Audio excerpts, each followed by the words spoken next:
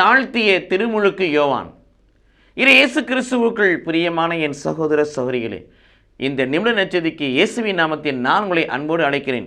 தன்னை தாழ்த்திய திருமுழுக்கு யோவான் இயேசுவுக்கு முன்னோடியாக இருந்தாலும், இயேசுவுக்காக பல மக்களை ஆயத்தப்படுத்தி கொண்டிருந்தாலும் அவரிடத்தில் மேட்டின்மை இல்லை, பெருமை இல்லை, செருக்கு இல்லை, ஆணவம் இல்லை, மமதை இல்லை, தற்பெருமை இல்லை, தற்புகழ்ச்சி இல்லை, சுயநலம் இல்லை.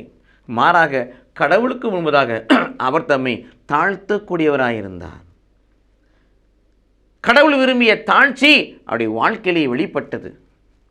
கடவுளுக்காக பணிபுரியக்கூடிய உடைய வாழ்க்கையிலும் அப்படிப்பட்ட தாழ்ச்சி வெளிப்பட வேண்டும் என்ற சத்தியத்தை தான் இந்த பகுதி நமக்கு கற்றுக் கொடுக்கிறது. பிரியமானவர்களே, ஆம், நான் ஒளி அல்ல, ஒளியை குறித்து சான்று பகர வந்தவேன் என்று சொல்லுகிறார். கேட்கிறார்கள், மெசியாவா? நான் மெசியா அல்ல. நீர் எலியாவா? நான் எலியா அல்ல. நீர் இறைவாக்கினரா? நான் இறைவாக்கினரும் அல்ல. நீர் யார்?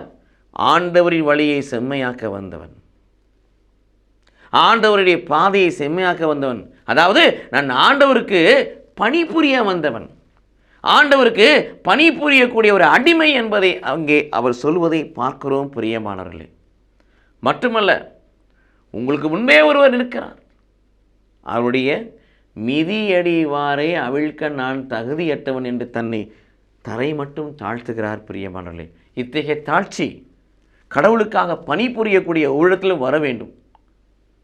தன்னை குறித்து பெருமை பாராட்டாதபடி தனக்குள் இருக்கிற கடவுளை பெருமை பாராட்டுகின்ற உளப்பாங்கு நமக்குள் எழுகின்ற பொழுது கடவுள் நம்மை உயர்த்துவார். அத்தகைய மனத்தாட்சியை 1 பேதுரு 5:5 வாசிப்பது போல ஆடையனை அணிந்து கொள்வோம். கடவுள் உயர்த்த நம்மையே அர்ப்பணிப்போம். கடவுள் நம்மை ஆசீர்வதிப்பாராக. ஆமென்.